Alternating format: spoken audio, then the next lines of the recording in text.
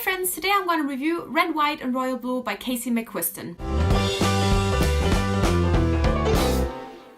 I received the knack of this through NetGalley, and this book is released on May 14th. Red, White and Royal Blue is a new adult contemporary romance between the first son of the first female president of the US and the Prince of Wales, aka the grandson of the Queen. I'm already struggling, but I'm gonna try to give you a little bit more about the synopsis before I head into my thoughts, but I already want to head into my thoughts. So they kind of have a little bit of a fight at a royal wedding, and just to kind of avoid all of the public drama, they are kind of faking a friendship, and throughout faking this friendship, they actually end up falling in love. And first they kind of have a physical relationship very much, but then eventually they fall in love, duh. And I guess that's kind of all that I need to really say about it, about the basic synopsis. I'm gonna get into more plot things as we go more into this review. Now, let me say very first that I did not love this book as much as I hoped I would. I enjoyed it. Every time I put it down, I had no issue like putting it back up again. I was always very motivated to continue it, but I never really loved it. I was not as emotionally connected as I thought I would. I just didn't love it. I just didn't love it, and I'm sad because so many people that I love and that I trust really love it, and all I wanted to do was love it just as much as they do, and I just simply didn't. And because so many people love this book so much and have talked about how much they love it and why they love it, I really want to focus this review on a lot of the things that I didn't like.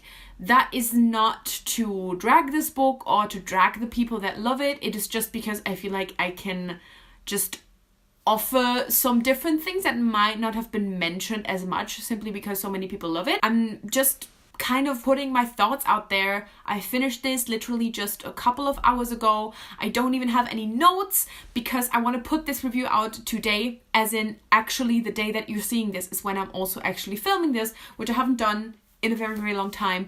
And so I think this is going to be a little bit messy. I would probably forget some things that I wanted to mention initially, but I think I have too much to say anyway. So I don't think I can mention everything anyway. So I'm just kind of head into my thoughts. Again, I like this book. I'm not here to drag it exactly. And it's not one of those cases where I'm like, I don't get why people love this. Like, I totally get why people love this. It's just that I didn't love this.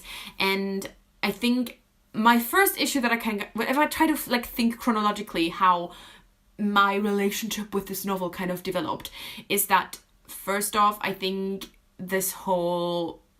people want to kind of say it's enemies to lovers, and I just disagree.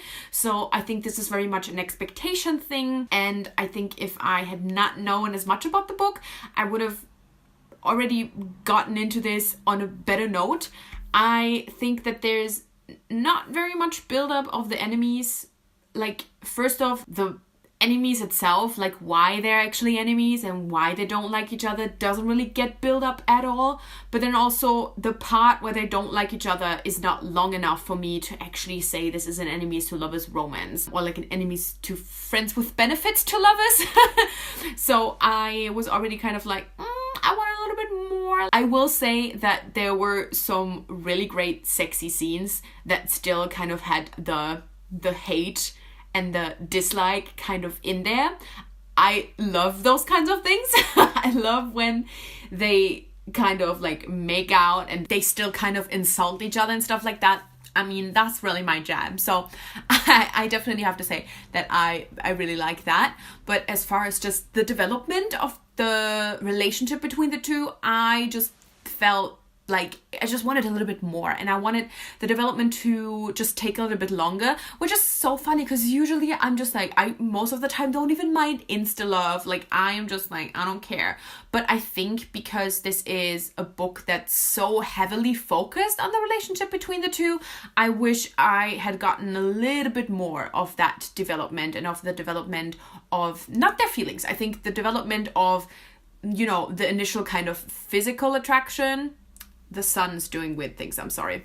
The initial kind of physical attraction to them kind of developing more actual emotional feelings. Maybe I should just lean back. I think that was well done. I just think that the transition from the enemies to the friends with benefits, I just wanted a little bit more time. I think that was already where I was like, oh, a little bit just struggling with not immediately loving the book. And then I struggled a little bit with the fact that, like, does the sun need to fuck around like this right now? Okay, we're just doing it like this. So obviously this takes place in an alternate reality where after Obama, a female president was elected, which is a pretty cool concept. But I think my issue was kind of that we could go into this whole fictional family that was like the first family while still bringing up like Obama and Joe Biden and stuff like that. And we kind of really got to know the first family, and we obviously already know everything that happened before the first family that's right now in the White House, because it is actual history, what happened beforehand. Whereas with the royal family, it would have kind of been weird to have like Queen Elizabeth II and then Prince Charles, when these are real people, and then give them like fictional children. So I understand why the whole royal family had to be fictional, but it kind of, I didn't really like it because I wanted to know more about the royal family. Like, I just felt like I didn't know anything about the royal family, which obviously is different in the US because the actual people exist, and which would have been different if, you know, we could have used the actual royal family in this book. And so I just struggled a little bit with that. And then also, I just think that there were a lot of things about the royal family. I'm not sure how much research Casey McQuiston did into actual like UK royalty and stuff like that. I'm no expert on British royals at all, like on the people or on how it works, but like, you know, like the successor line and everything is very clear to me. And also I'm pretty sure that nowadays, or at least with the way the royal family works right now, nobody would have to have children. Like even William, who is obviously, you know, second in line to being king, he did not have to have children because there's more than enough other people in the successor line who, you know, could be the king or whatever. So like whatever, I don't exactly know how it works, but I'm pretty sure that like nobody in the royal family is required to have any children. And so the fact that one of the arguments that's getting used against Henry being gay is that like he has to have an heir made sense when it's used by the Queen, because she kind of wants to find arguments against Henry being gay. Like I get that, but I don't really think why nobody kind of said like he doesn't have to necessarily have children. Like his children are far down, like very, very far down the line, because his brother, who's actually in the successor line, is already planning on having children anyway. So like, it's just like one of those things where I'm like, why did nobody else kind of bring up that he doesn't necessarily have children? Instead, they were already thinking about like how they could have children to like, you know, it's just one of those things. And I think I am very, as a European, I think I am very prone to think about these things extensively and kind of really think about the research that went into something like that, because I've just been fucked over by Americans way too often. Like in general, I just think if you introduce the royal family, I just need a little bit more. And that goes also into one of my issues that I had, that the idea of the romance between the two, we just gotta go back and forth. The idea of the romance between the two, I love that. I love the idea of the romance between like a royal and the first son, and you know, just the fact that like it is a male relationship in like such high positions, and then also the fact that, you know, Alex, the first son, he is biracial. He is white and Mexican. Just a lot of good things in there. But the concept at the end of the day didn't really work for me, because there's so many issues in these countries that like I found myself just caring about so many political things instead of caring about the romance. Like, for example, Brexit. Brexit was literally brought up like as a word once, like not even as a thing, just like as a word. I just don't know how to feel about that. I just think there's too much going on. And I'm not even saying that Casey McQuiston should have put every single issue that there is into this book. It's just that is why I think the concept of the romance between the two didn't really work for me. Like, this is just where I had some issues. Like, I totally get why this was the way that it was. It's just that for me, it was kind of hard to really be in this novel, just knowing all of the stuff that's going on. And especially this obviously talks a lot about just like, you know, being queer in these high positions, what it means to be a bisexual first son, what it means to be a gay member of the royal family. And obviously this gets talked about, as I just said, with like the succession line and stuff like that. But again, these are like such big issues, and I felt like everything was just like everything was just kind of scraping the surface. Even the issues that were so at hand and that was so right there were just really scraping the surface. Especially, this is mostly from Alex's perspective, so this focused a lot more on the US, which I'm kind of happy about, because, you know, having more from Henry's perspective would have just given Casey McQuiston a lot of space to fuck up British stuff.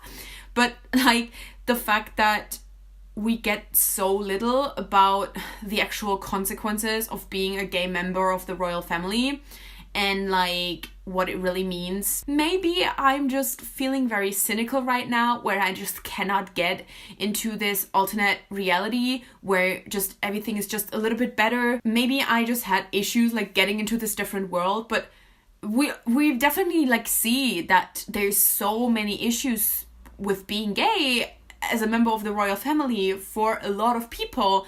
And I think it's just kind of something that almost gets like glossed over. Like, it gets talked about basically one time, but then it's kind of like, so like, what are the actual consequences? And we like see a lot of support, which I love, which is great, and we need that. But also, I cannot imagine how horrible it would be at the same time. And we just see so little of it. We just see like a couple of tabloids being kind of shitty about it, and just a couple of like harsh social media things, but that's basically it. And that wouldn't be it in the real world. And so I'm just kind of like, there were just all these things that I just wanted so much more from. I don't know, yes, this is a romance novel, but if you put it in this context, I need more. I need a lot more.